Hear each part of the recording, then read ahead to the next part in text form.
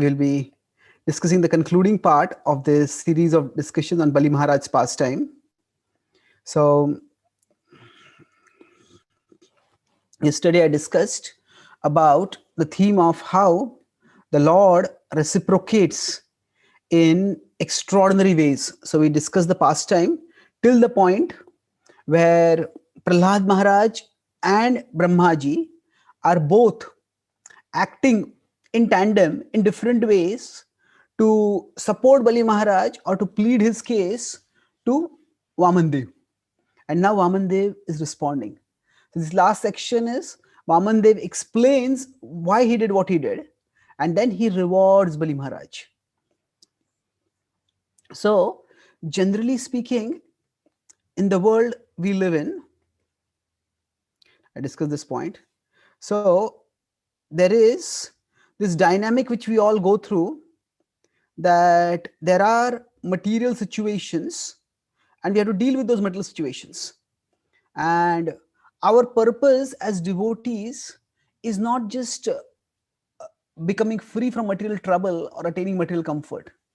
Our purpose is to attain a higher taste. So we could have this four quadrant depiction, that there is a material test and there is a spiritual taste. So in general, for a devotee, our purpose is to develop that taste in the Lord. Now Bali Maharaj, before this incident, he had taste, but his taste was for expanding his rule, for conquering the heavens, and he was fighting fiercely for that. And he performed sacrifices and he went through a long saga to get that. But through it all, the Lord's plan was working, and he was being provided this spiritual test, spiritual taste rather. So test is like an exam, taste is basically attraction, a spontaneous attraction. So now when there is a material test, and either before going into the material test, a devotee has spiritual taste, or through that material test, the devotee develops a spiritual taste, then what happens? The devotee grows stronger, wiser, and brighter. So brighter means that just like gold, the Bhagavatam uses this example in the 11th canto, that just as gold becomes brighter on being put into fire. So we could say the soul is like gold, but around the soul there are many material impurities. Sorry, because of which the soul is attracted to material things rather than towards the Supreme Lord. So the fire of the material tests, what it does is it burns away, it dissolves, it melts the impurities, and then those impurities fall aside. Now they don't fall aside automatically. How do they fall aside? Basically, it's our impurities are not just like, say, some alloyed or base material sticking to gold. They are something which the impurities have come to us because of our own choice, and we need to choose differently. So when a devotee goes through difficulties, where the material test basically means some material things are taken away, sometimes comforts may be taken away, sometimes even necessities may be taken away. And in that test, what does a devotee do? Now as devotees we may need to work to fix our material situations also, but what is first in the heart? Do we first take shelter of the Lord and then try to fix the material situation, or do we just focus on all our attention forgetting the Lord, fixing on the material situation? So if we turn toward the Lord, then that's how we become stronger, wiser, and brighter. The spiritual effulgence of the soul starts manifesting more and more through the devotee who has chosen the Lord. And in our tradition, as well as in spiritual traditions of the world, often great saintly people are shown with the aura around their head. Now this aura, corona, different words are used for it. Now the word that has got a negative connotation today, but this aura that is there, that it's actually a manifestation of the soul's effulgence that comes up. It's not just an artistic depiction. Although for us, we see it as an artistic depiction, but the soul's effulgence comes out. It's rare, it may not happen with everyone, but the point is that either way, devotees become brighter. Prabhupada said that he would talk about his disciples, they're so cheerful, they're so bright faced because they're connected with Krishna, they were choosing Krishna. So we all aspire to be in this position that when the material tests come in our life, we will have this spiritual taste. And Bali Maharaj, he had the material taste, but during the test, during the time of tribulation, he chose the Lord. He could have chosen to sink in resentment and blame the Lord. How unfair you have been to me. I promised you charity and you stole everything away from me. No, you are supposed to be the protector of dharma and you are violating dharma. He didn't protest. He didn't resent. He accepted that the Lord had some plan and he chose the Lord. He accepted the Lord's will and he submitted. And that's how he became stronger. He rose higher. And the Bhagavatam depicts various situations in life of the various great devotees. We see here, and I'll talk a little bit about the rewards that Parikshit Maharaj got, Bali Maharaj got. But let's look at this trajectory first. Now, if there is material test and there is no spiritual taste, then what happens is that person feels, what am I getting by worshipping the Lord? There's nothing here. So I spend so much time worshipping, doing this, doing that, and it's all pointless. It's all just useless. So why should I worship him? And in that way, that person loses faith. So this loss of faith leads to a person becoming weak. Many of us may have faith, but just as our faith is important, the center of gravity of our faith is also important. A center of gravity is a scientific term, a physics term, which refers to where a thing is balanced best. If you have to hold an object, then we need to find its center of gravity and hold it over there. Then it can be efficiently balanced. So there are many people who may have faith in the Lord, but if their center of gravity is in matter, in material things, then when there is some material test, there is material danger, there is material loss, then it's like a quake at the very foundation of their being, and they crumble. So actually, many people become faithless when they face difficulties. And now we don't want to blame them. Difficulties are, by the very word itself, very difficult. And it is not always easy to simply, it's easy to say we should choose Krishna, we should turn toward Krishna. It's not easy to do that at that time. But the point is that a lot depends on our set of expectations. What do we expect from the Lord when we are practicing bhakti? Are we expecting that there should be no kind of problems in my life? In fact, there is a version of, say, Christian theology, or we call it a Christian gospel, which is called the prosperity gospel or the prosperity theology. And that is quite common, especially among the Protestants and also the evangelicals in America. So this prosperity gospel holds that God actually wants us to be rich. And when we pray to God, then he wants to bless us with all the wealth that we can imagine and more. And there are some prosperity gospel teachers who are phenomenally not just popular, their sermons have thousands and thousands of people coming live, but they are also phenomenally wealthy. And quite often they brandish their wealth as a proof of their piety, of their devotion. They say, I just prayed that this should happen, and this happened. And now this prosperity gospel, it is something similar to Karmakand in the Vedic tradition. Our Karmakand did involve a certain level of disciplines, the practice of rituals, doing of sacrifices. But quite often prosperity gospel involves, they're saying is name it and claim it. If you just name it, this is what I want, oh Lord. I want a palatial house. and you pray for it, and you will get it. And many people don't get it. Of course, the preachers who preach like this, their books sell millions of copies and they get their palatial houses.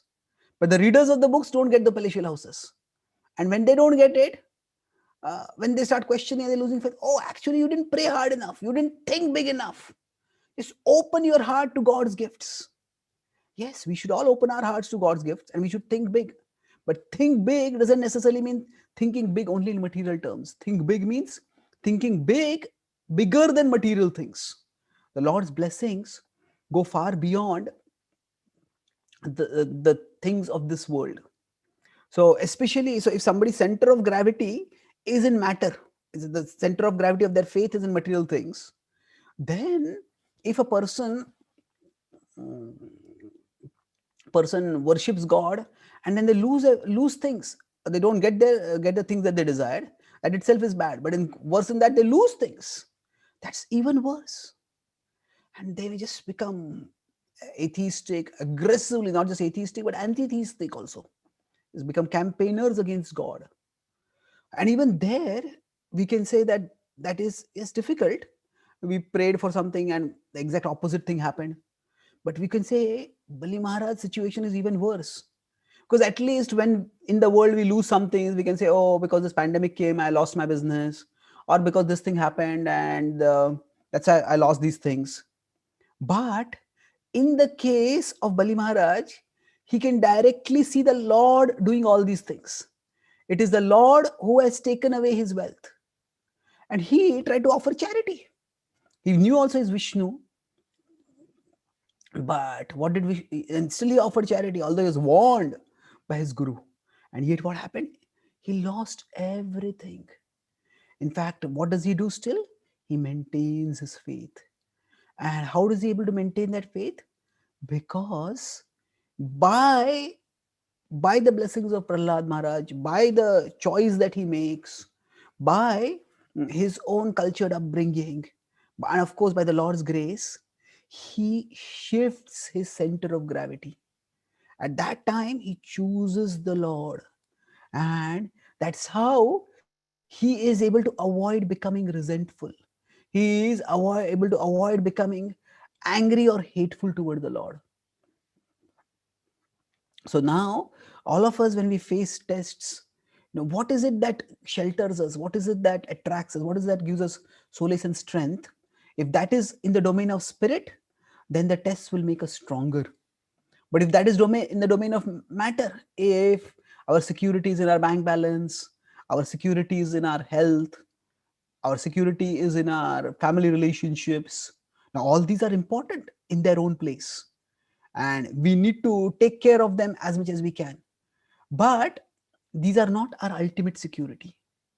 And if they are our ultimate security, then when the storm comes, when the material test comes, we will crumble.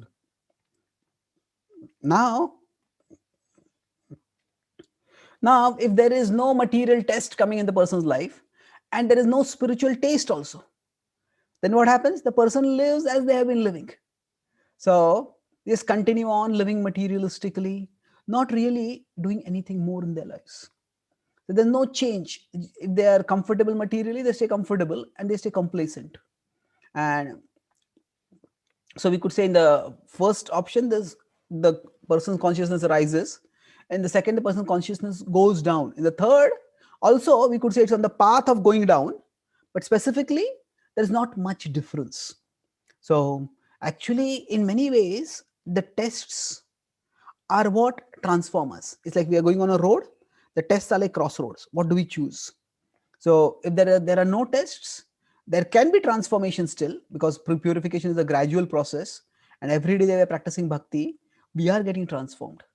But usually the transformation manifests to our perception and to the world's perception at the time of the tests. So every day we are chanting and trying to purify ourselves. How do we notice? How do we realize, am I getting purified or not?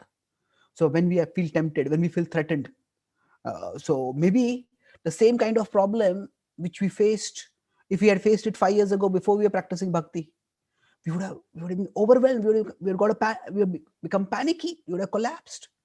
Now also we are concerned. We will be a little troubled. but the magnitude decreases substantially. So that's how the tests, they may not themselves transform us. Some that can also happen, but the tests make the transformation evident. The tests provide an opportunity for the transformation to manifest.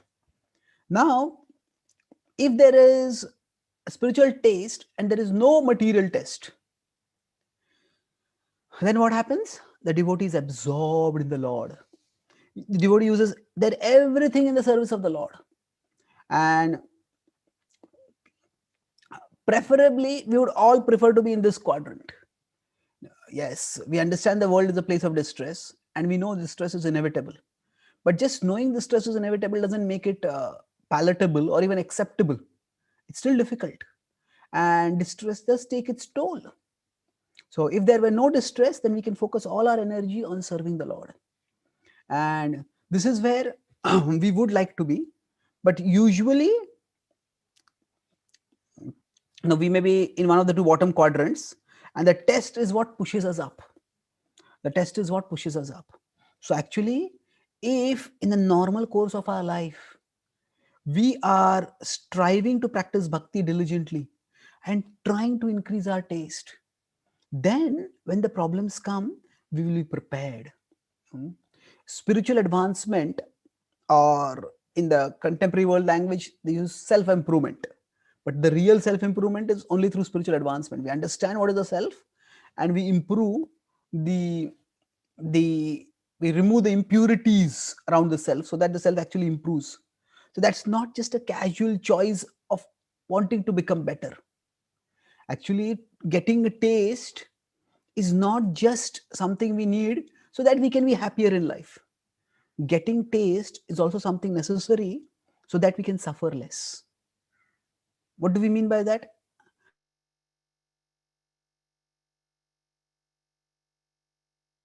Because what right now, but life can be tough, and sometimes it is tougher than at other times, and we need to prepare for those times.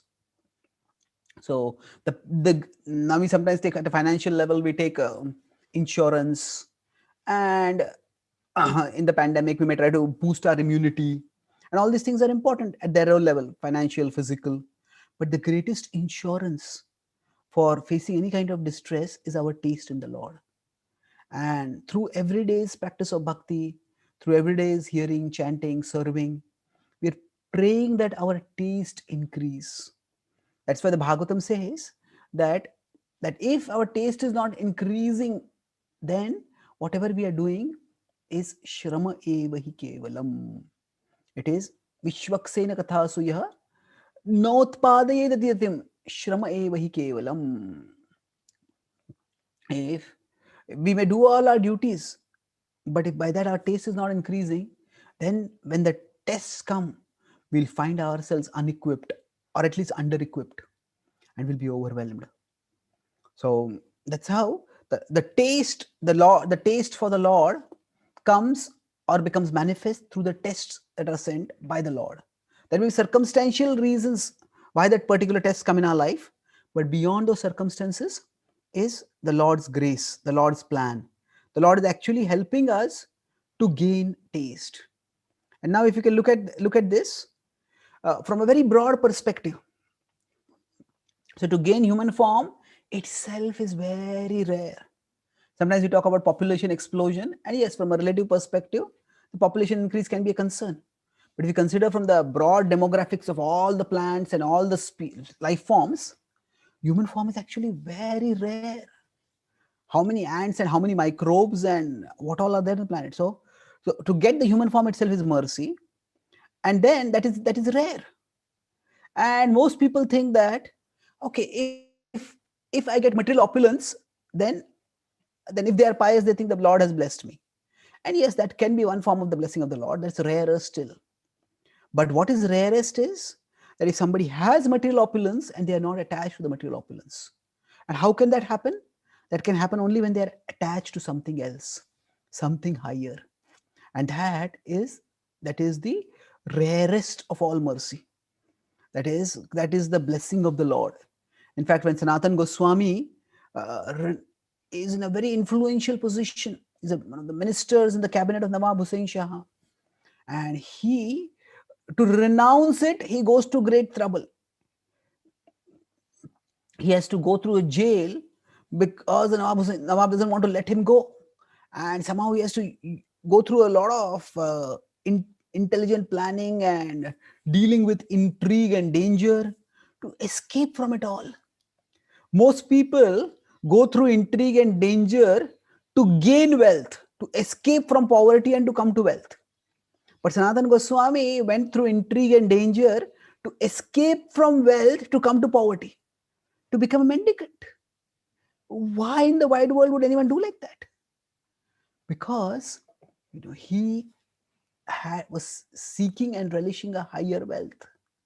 So it was what he was renouncing was big in the world's eyes, but in the perspective of ultimate reality, what he was endeavoring toward was the greatest. So at that time, finally, after adventurous, dangerous sojourn, when finally Sanatana Goswami meets Lord Chaitanya Mahaprabhu, Lord Chaitanya says something very, you could say that strange or insightful. Sanatana Goswami narrates his whole story of how he has come to be there finally. And Lord Chaitanya normally would think he will glorify.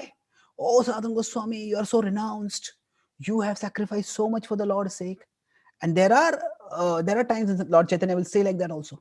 But at this point, what Lord Chaitanya says is that the movements of the super soul are very mysterious. It is only by the super soul's grace that despite having so much opulence, you had no attachment to it and you gave it up all for Krishna's sake. And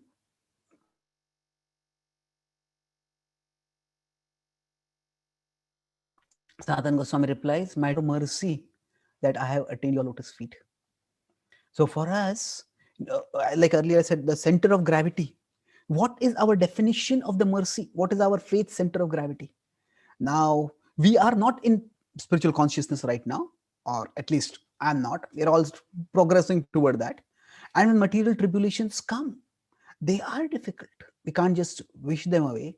But at least in principle, if we understand that, yes, there is a Lord's grace available even in these situations.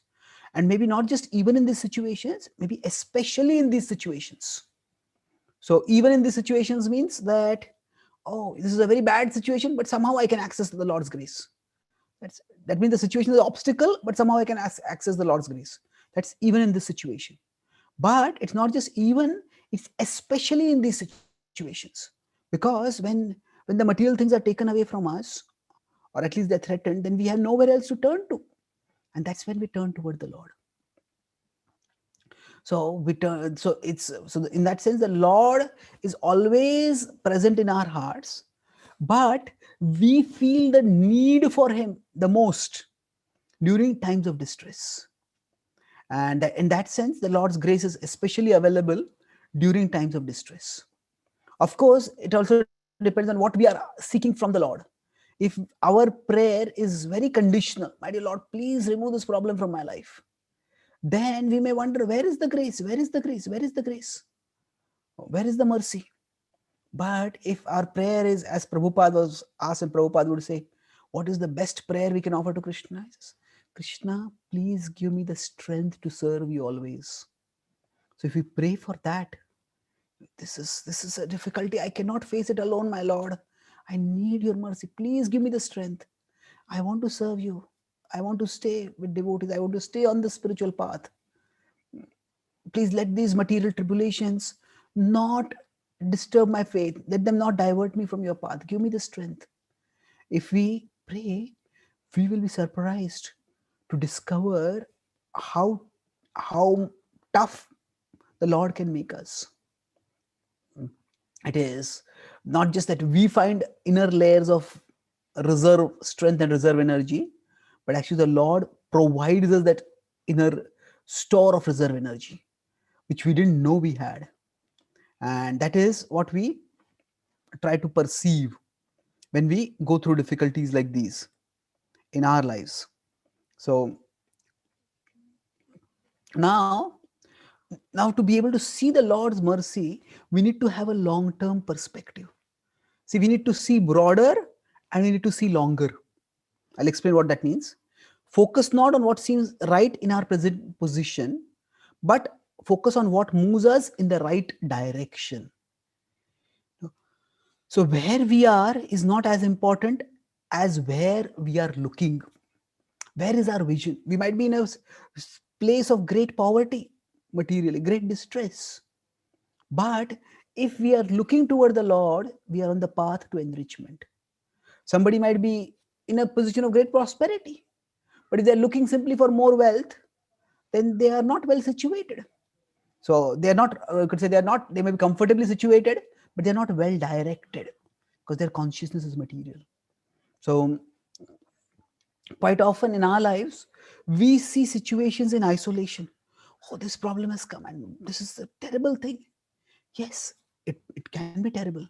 But what we need to do is not catastrophize our problems, but contextualize our problems. We are on a long journey. It's a multi-life journey of spiritual evolution. And suppose we are going in a train or we are going through a flight, going in a flight, and suddenly the flight meets some turbulence.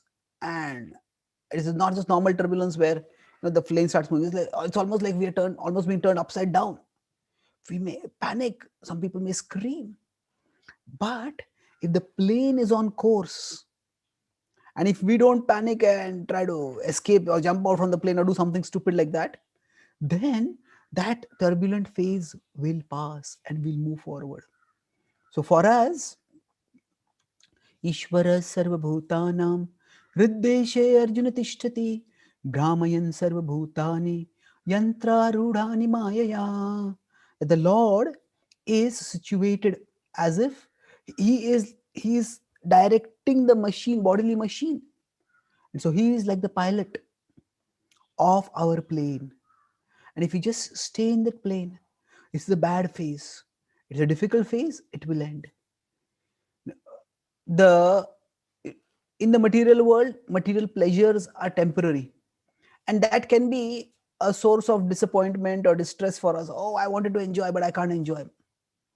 But fortunately, or rather, the temporariness has a positive side.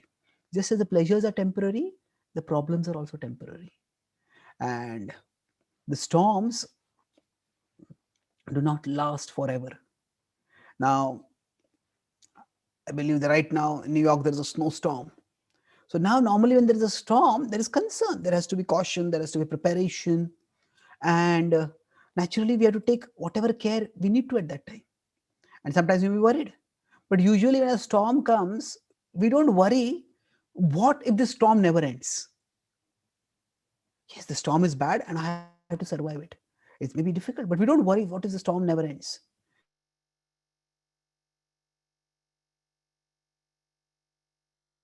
Somehow, during times of this is how it is going to be forever. How will I live? No. So when our mind eternalizes temporary pleasures, and our mind eternalizes temporary problems also. By eternalizing temporary pleasures, it makes us crave for them more and more. And by eternalizing temporary problems, it makes us agitated and alarmed over them more and more. So rather than just looking in the right, whether I'm in the right, what is my position, is it good or bad, we can focus on what is my direction. So if we learn to shift that vision, shift our vision from, oh, my position is very bad, but is my direction good? If my direction is good, then I will come out of this bad position. And we see, if the loss of material opulence makes us see and seek devotion as life's only opulence, then so I talked about position and direction. So sometimes in our position, we might be in a bad position. We may lose material opulence. But if that makes us see and seek devotion as a life's only opulence, that means it makes us change our direction or refocus our direction. Then where we are, we may be presently in poverty and difficulty, but that's a temporary price for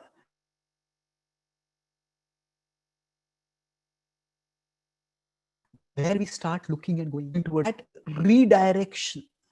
We often pray to the Lord, please improve my position. please, I'm in a great difficulty, please improve my position. Yes, that's understandable if a bad position is not comfortable to be in by any means. But for our long term, improving our position is not as important as improving our direction. And sometimes the improvement of our direction happens when there is some worsening in our position. So it's a small price, it's a price, and presently it may seem like a huge price, but it is a temporary price for that redirection that can happen in our lives. And so we'll see here, this concluding slide, how the Lord fabulously rewarded Bali. So his whole fight was for gaining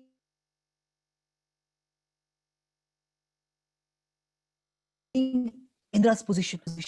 Indra was worried, and the Lord had been beseeched by Indra's mother to intervene, and the Lord intervened. He says, yes, right now Indra will have his position, but in the Savarni Manu's reign, you will have Indra's position, Bali.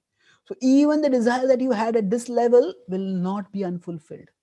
You see this theme even in the Bhagavatam, in the Dhruv Maharaj pastime. He gets the kingdom, although he doesn't want it. It says, right now, you will get the rulership of Sutala. And here, Sutala is described to be like a heavenly planet. It is better than a heavenly planet. Just like there are no distresses in the heavenly world, similarly, there is nothing over here. And he says, yes, right now, you had won the kingdom, but it was taken away on behalf of Indra by me. But now, I will be your protector. Who will take it away from you? No one can take it away from you. The Lord's personal protection will be there for him. And not just the Lord's personal protection, the Lord's personal association will be there to purify and liberate him ultimately. So what more? Now he gains the world, and so this that anyone can get. And now for some devotees, it may happen that they may get material opulence also, and they may get spiritual opulence also. For some devotees, they may never get material opulence. They may just get spiritual opulence. The Bhagavatam depicts both kinds of people. We see Parikshit Maharaj has material opulence and he loses material opulence. And by his surrender and devotion, he doesn't get material opulence back, but he gets the spiritual opulence of devotion. We see Bharat Maharaj, he has material opulence, he renounces it, and then he loses a human form also. And then he comes back. Now he doesn't get his material opulence back. He is born as a Brahmin and he acts like a dumb person. But he's already having a spiritual orientation, deep spiritual orientation, and he gets the spiritual opulence. So we can't overestimate or over-evaluate what is happening based on the material level. Sometimes some devotees, based on the Lord's plan, may gain material influence, material fame, material success. Sometimes some devotees may not get it. And why does this happen? At one level, we all have different karma coming from our past. Now, we could say that when we take shelter of the Lord, all karma goes away. Well, yes, that's true ultimately. But say if somebody's tall and healthy and handsome, and somebody is not that well endowed physically, it's not that because they become devotees, suddenly they are going to be their physical endowments are going to become impressive. So yes, some things which you got by past karma, they may not change. So now past karma is not the only factor. The Lord's grace can also be, Lord's personal plan or Lord's personal intervention might also be a factor. But the point is that we can't let what is happening at the material level become the basis for evaluating our or anyone else's devotion. Yeah, sometimes some devotees may be rewarded enormously materially at the material level also. Some devotees may not. So I'll conclude with this, that when Lord Krishna went to Mithila, there's Bahulash and Shrutudev. One was a king and one was a simple poor Brahmin. And the Lord went and blessed both of them. He gave his personal darshan to both of them. And that was a great blessing to both of them. At the same time, the Lord did not change their material fortunes. The Lord did not make the Brahmin suddenly wealthy. Now we also have the story of how the Lord made Sudama wealthy.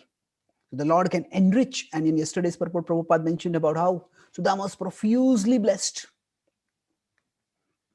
So if we focus too much at the material level, then we may completely be overlooking what the Lord is doing in our life.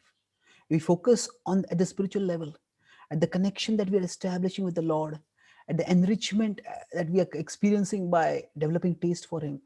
Then we will see the Lord's plan is always operating, and we will be able to cooperate with the Lord's plan.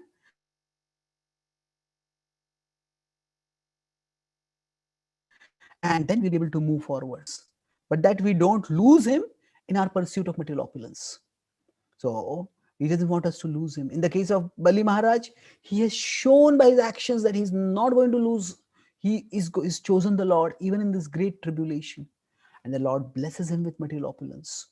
So we needn't be afraid, oh, will I be tested like Parikshit Maharaj, or will I be tested like, will my test be like Parikshit Maharaj, or will my test be like Bali Maharaj? That means, will I emerge with material opulence? Will I not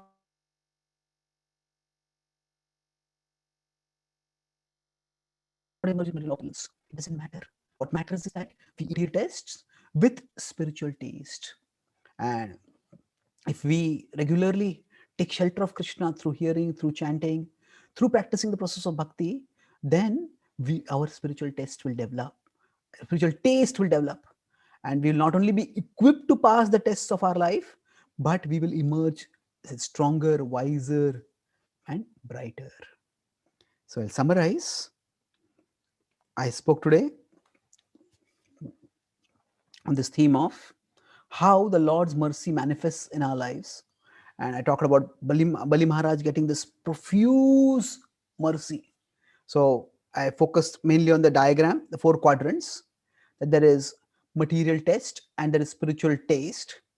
So if a devotee has spiritual taste, or a devotee chooses the Lord and thereby develops spiritual taste, then through the difficulties, they emerge stronger, wiser, brighter. But if there is no material, weaker, their faith, they lose faith. So where is the center of gravity of our faith is important. What is the level of our consciousness? Where do we expect the Lord's mercy to come in our lives? So we discussed about prosperity theology, which holds the idea that name it and claim it, and God's grace will be seen in material prosperity.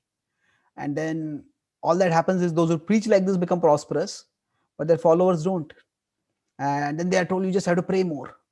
You just have to think bigger. Yes, think bigger, but don't just think in terms of material things bigger. Think in terms of spiritual things also. And the third quadrant was, if there's no change, if there's no material test and there's no spiritual taste. So actually, that it's the tests that either transform us, or tests manifest the transformation that has already happened within us. And for us, we see that we would like to be steadily situated where there are not much material tastes, but we have spiritual taste. Then we can become wholeheartedly absorbed in the Lord and serve Him. And then I saw how Bali Maharaj was profusely rewarded by the Lord.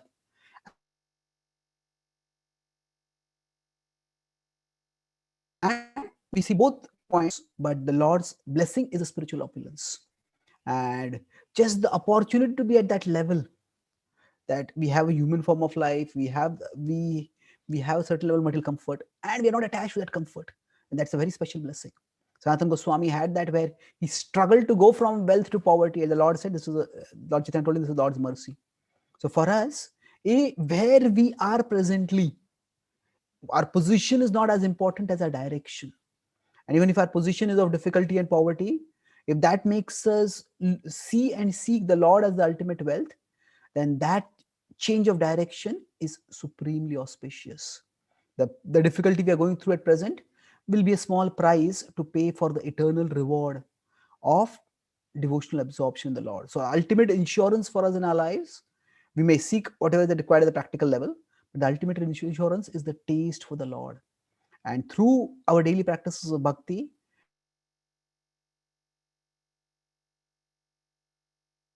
we are beseised and it will come to us. And our difficulties, rather than praying to the Lord, simply remove the difficulty, we can pray, give me the strength to face this difficulty. And then we will see the Lord's presence and the Lord will enable us to choose Him. He is the pilot of our plane. And when we go through some turbulence, rather than getting panicky, we just be patient. And He will take us through this turbulent phase and take us to a better place. Thank you very much. Hare Krishna. Hi Krishna, thank you very much, Prabhu, for providing a thematic overview of the whole chapter, covering so many aspects so succinctly put. There is a question if you have time. Yes, yes, bro. Yes, certainly. Father Gail, would you like to unmute yourself? Hi, Krishna Prabhu. Thank you very much. Hare Krishna. Prabhu, if you could just repeat something you had said earlier on in the class, you were describing that Bali Maharaj, his values or his center of gravity was in material opulence.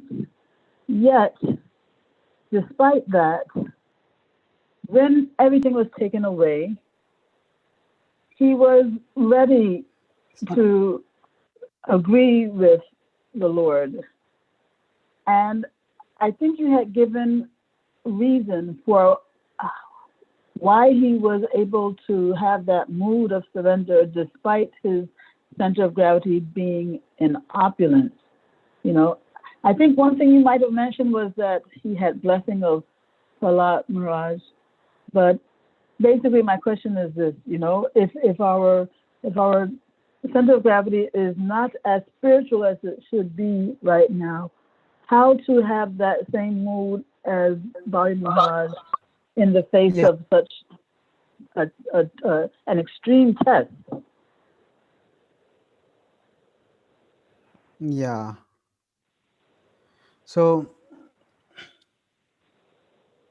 actually, I would say Bali Maharaj, he had the blessings of Prahlad Maharaj.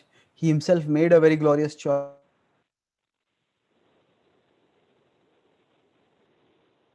and of course, the Lord's mercy was there. So how do we do that? But we can we can prepare ourselves for the future. So every day we have to make small choices. Now, so sometimes the small choices don't seem consequential.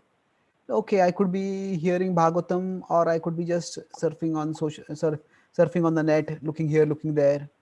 It's a small choice. We may say it may not matter, but through that small choice, we are showing the Lord what we want to do. And if we are showing Him that I want to choose you, O Lord, so when it is relatively easier for us to choose Him, if we choose Him at that time, then He will see that and He will reciprocate with us. And at times when it is difficult for us to choose Him, at that time He will give us the strength. And that's the whole meaning of that verse, Mattaha Smrutir Jnanam Apohanam. Krishna says in 15:15 the Gita, that I give you knowledge, remembrance, and forgetfulness. So what it means is that He gives us the knowledge, say for example, through scriptures, through Guru Sadhu Shastra, through scriptures. And when we get that knowledge, depending on what we want, if we want to, if while receiving that knowledge we show that we want it, we receive it gratefully, enthusiastic, we show that, then at the time when we are tempted or threatened, the Lord will give us remembrance. Even if we're not consciously striving for that remembrance, or even if the situation is so provocative, so difficult that we might ourselves not be able to remember, but He will give us that remembrance. However, when He is giving us that knowledge, if we are nonchalant, yeah, it's okay, I know all this, what's the big deal? Then what happens is that nonchalance will show the Lord, okay, you don't value this, you value other things, then He will give us the forgetfulness at that time. So the Lord is reciprocal. So that means the small choices are not small. That Mm, so mm, whenever small choices are there before us, if we try to choose the Lord, then we are mm, showing Him our seriousness, and that is the best preparation that we can do for the future. Of course, if we have good devotee association, then the devotee association can also reorient us, inspire us, support us, and we need to have that also. But at a daily level, what we can do is try to make the good choices when we can, and then the Lord will help us to make good choices even when we mm, can't. mm. Okay. Yeah, wonderful answer, Prabhu. Thank you so much. Thank you. Hare Krishna. Hare Krishna.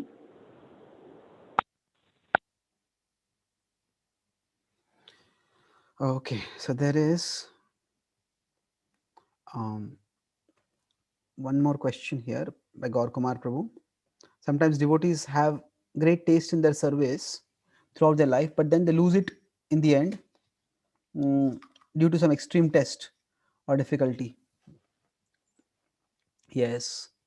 Now, it is important for us to to uh, acknowledge our finiteness and have humility even when we are trying to observe and learn from the devotee community around us what is happening in whose life. In some ways, we often equate, say, faith with certainty and uncertainty with doubt. But it's not that simple. Sometimes that faith, that what we call a certainty, that may not be because of faith, but that might just be because of pride. I know everything. And we may say, I have no doubts. But, the word doubt usually has a negative connotation in bhakti, but a certain level of uncertainty, that is a sign of humility.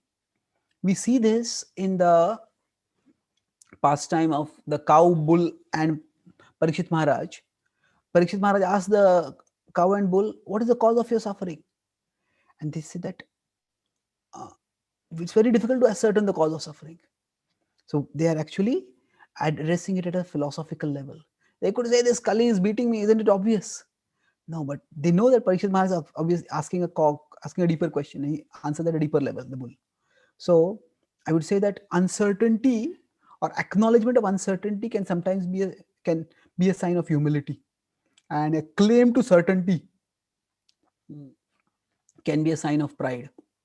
So sometimes if somebody is going through some difficulties, we are finite beings, and if they have practiced bhakti diligently throughout their lives and they have some taste in their service, and if they're going through some difficulties, we may not be able to figure out why that is happening. And it's best not to judge at that time.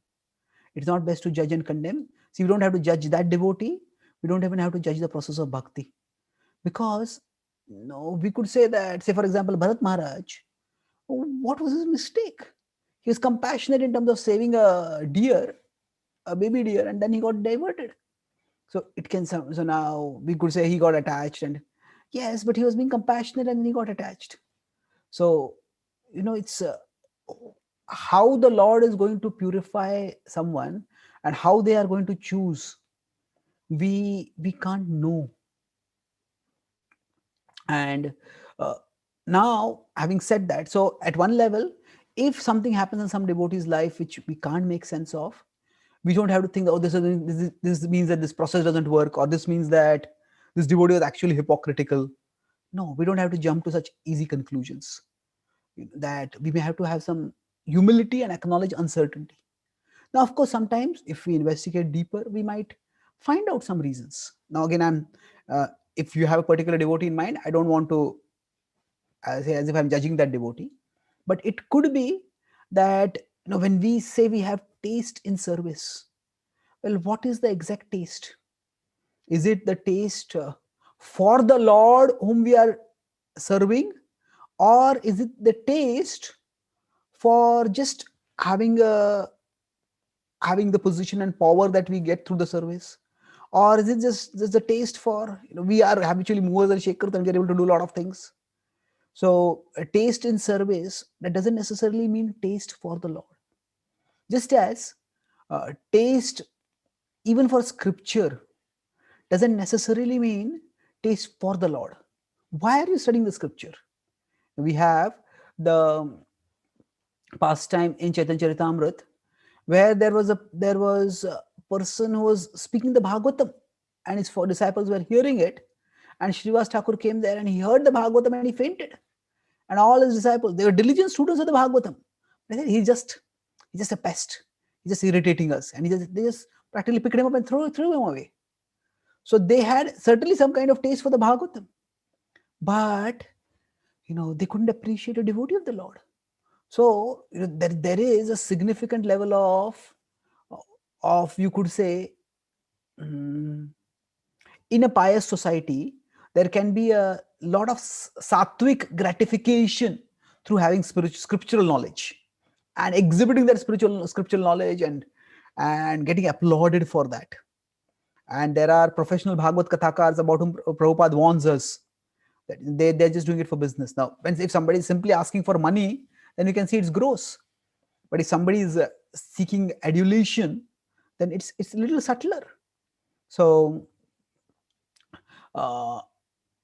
sometimes when we have taste, so there are two things. What we have taste for cannot be inferred simply by the actions that we are doing. Sometimes some devotees may sit very erect in the community of devotees and chant very clearly.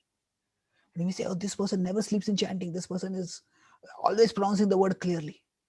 But their whole concern is everybody else noticing how attentively I'm chanting? And they are noticing who is sleeping. They're pronouncing clearly, their eyes are open, but they are like, it's like a radar japa where they're looking for others. So is there taste for chanting, or is there taste for the prestige that comes from being thought of as a good chanter? So, sometimes it could be like that. Now, again, I'm not saying it is necessary like that for any particular devotee, but if we could say there is an external taste, that means a taste for a particular activity. And I think there is this difference is also talked about between in the 9 stages of bhakti. There is ruchi and there is asakti. So it is said that ruchi is for the activity and asakti is for the Lord who is served through that activity. So that's what Madhurya Kadambani mentions. So taste for activity is good, and at this level we can have the principle yena kena prakarena mana krishna niveshet. So taste for studying scripture, taste for serving the Lord by taking managerial responsibilities, taste for anything is good. It's a blessing. However, how are we using that blessing? Are we using the study of scripture to increase our attraction for the Lord? Or are we using it to just increase our prestige in society? Now, of course, if somebody is doing service, the Lord will protect them, the Lord will reward them. But that Lord's protection and reward cannot be forced on a person. It is they have to choose him. And if they're not choosing him, then they will have to go through some situations whereby they realize the futility of other choices, and then they gird themselves up for choosing the Lord. Does it answer the question?